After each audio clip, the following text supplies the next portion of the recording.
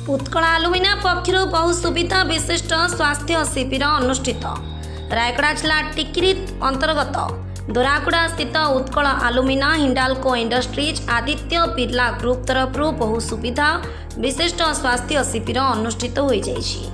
उत्कल आलुमिना बाफलीमाड़ी खणी परिसर ठारू 7 किलोमीटर दूरतार अवस्थित काशीपुर ब्लॉक अधीनस्थ दुर्गम चंद्रगिरी ग्राम पंचायत मुख्यालय रे एही शिविर आयोजित होइछि।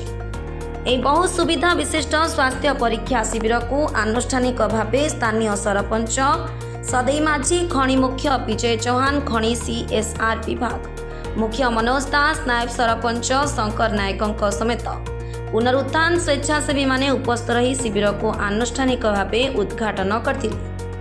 स्वास्थ्य शिविर में स्थानीय 31 गाँवर 572 जन व्यक्ति विशेषज्ञ डाक्तरों द्वारा स्वास्थ्य परीक्षा करने सह परामर्श ग्रहण करथिले।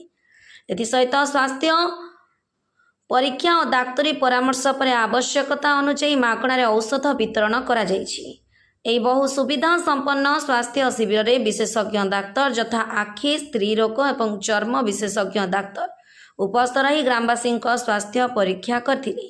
उत्कल आलुमिना तरफ दुर्गम चंद्रगिरी समेत पार्श्वस्थ ग्राम में स्वास्थ्य शिविर आयोजन करा जायतिबारु स्थानीय अंचलवासी मध्य खुशी प्रकाश पाई।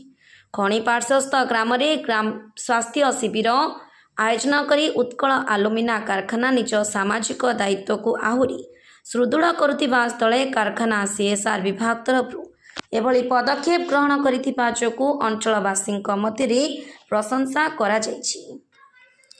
Bureau report news reel.